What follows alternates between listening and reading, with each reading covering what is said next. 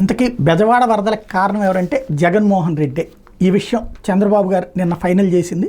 కృష్ణానదికి వచ్చిన వరద కంటే బుడమేరు పొంగడం వల్ల విజయవాడలో ఎక్కువ నష్టం జరిగిందని ముఖ్యమంత్రి చంద్రబాబు పేర్కొన్నారు. బుడమేరు కాలువకట్ట గండుబడిన గత ప్రభుత్వం పూడ్చలేదు. 2019 తర్వాత విచ్చలవిడిగా పెరిగిన ఆక్రమణలు మరో కారణం.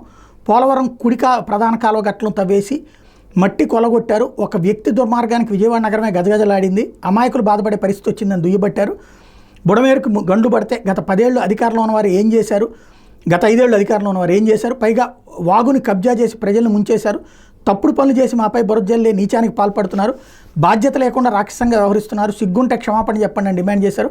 ఒక రాజకీయ పార్టీ ముసుగులో నేరస్తులు చేసే అరాచకాలు దౌర్జన్యాలను ఉపేక్షించుకోమని హెచ్చరించారు. బుడమేరు నీటిని కొల్లేరుకి కృష్ణానదికి పంపడం మీద చర్యలు తీసుకుంటామని హామీ ఇచ్చారు. 11,000 క్యూసెక్కులు ప్రవాహ సామర్థ్యం గల బుడమేరుకి 70,000 క్యూసెక్కులు వరద వచ్చింది. ఇది కొల్లేరు సరస్సులోకి చేరుకునే మార్గాల్లో ఎక్కడికక్కడ నిర్మాణాలు కట్టి వాగును పూర్తి చేశారు. బుడమేరు ఆధునీకరణకు 2014 తర్వాత తెలుగుదేశం పడి ప్రభుత్వంలో 500 కోట్లు కేటాయించాం. వైకాపా ప్రభుత్వం వచ్చాక వాటిని ఖర్చు చేయకుండా ఆపేసిందని బాబు ధ్వజమెత్తారు. బుడమేరు పరివాహకంలో మంగళవారం రాత్రి కురిసిన వర్షానికి 5,000 నుండి 7,000 క్యూసెక్కులు వరద 3-4 గంటల పాటు రావచ్చని అంచనా వేశాం. గండ్ల పూడ్చివేత పనులు మంత్రులు లోకేష్, రామానాయుడు పర్యవేక్షిస్తున్నారని సీఎం వివరించారు.